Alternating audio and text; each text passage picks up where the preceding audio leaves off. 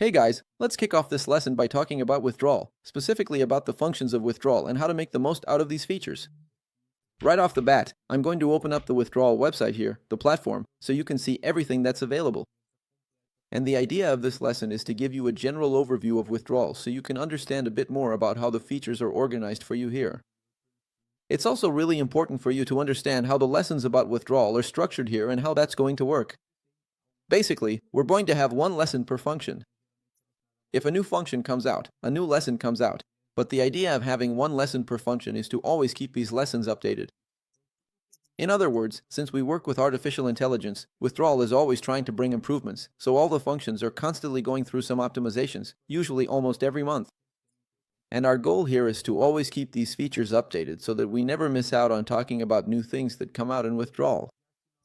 Well, as you already know, withdrawal is an AI software for architecture, engineering, and design. Our focus is to have all the AI tools necessary for architects, engineers, or designers to dominate the market. We're always keeping an eye on this market, always watching this niche, and we evolve and grow based on that. That's the goal of withdrawal, to be a complete tool for architects. So everything we see that's useful and related to artificial intelligence for architects, we're going to bring it in. Many of the features you see here, including this bottom row right here, were actually requested by professionals. A lot of features we noticed people were using in other software, and we brought them here to withdrawal. Why? Because our goal is to be a complete tool for use in this field, and from the start, each function has its own proper way to be used. Even though we have an architecture software, everything is really simple to use. Everything is actually very easy to do. There's always something you need to optimize, right? Usually related to modeling. There are proper ways to communicate with artificial intelligence, and that's what we're going to cover in these withdrawal lessons, and we'll always keep it updated. And speaking a bit about withdrawal, let's start with your profile. You can go here, look, to my profile in the upper right corner. I'm going to zoom in here to make it easier for the recording. So you go here, see, in the upper right corner, to my profile. You can also see that you can change the language of your interface. I don't think that's the case for you, but you can change it here as well. Here, you can already see some information about your subscription, but you can also update your personal data, so you can come here to edit information and change your name. It's really important to keep this information updated here so we always have your contact details. You can enter your address here. For professional information, it's a good idea to specify what you do here. If you select Other, fill in what your profession is and what you work with, so we always have this information easily accessible. You can also update your profile picture here to make your withdrawal account more personalized. So, going back here to withdrawal, you'll see on the side the button Forward My Projects and My Generations.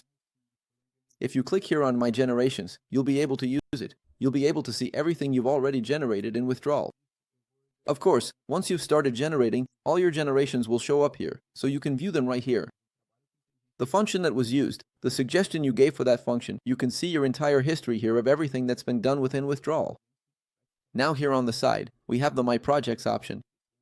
This is an easier way for you to organize your projects. We know that architects have this separation between plans, houses, and the projects they're working on, so we brought that into withdrawal as well. So you can come here, for example, New Project, I can type in Country House, and within that I can save and organize all my content, like Generate Image. So here it already took me to the image generator, right? We'll talk more about that later. I can come here and drag an image into my project. And of course, here in my generations, for example, I can select this image and save it inside my folder. And inside my folder, I can create more folders, like, for example, inside Country House I can have the bedroom, the bathroom, the exterior. With that, I keep things organized to make everything more dynamic and easier to understand. Check it out. So now I already have my image in here. This tool is really simple to use. I can come here to my generations or even to my projects, select the files I want to delete or move into my folder. So you can organize things like this later, when your project is pretty much finished. I can come here, look, move it to my folder, and everything goes right in there. In a really simple way, the generations show everything you've already generated in withdrawal, and in my projects it's an organization you create yourself, so there will only be something here if you set it up for that purpose. You also have a button here for easier access to create a new project when you start in withdrawal. But remember that this project step is optional. I can come here and start using my functions without actually creating a project, so it's really simple. Alright then, guys. See you in the next class, and thanks.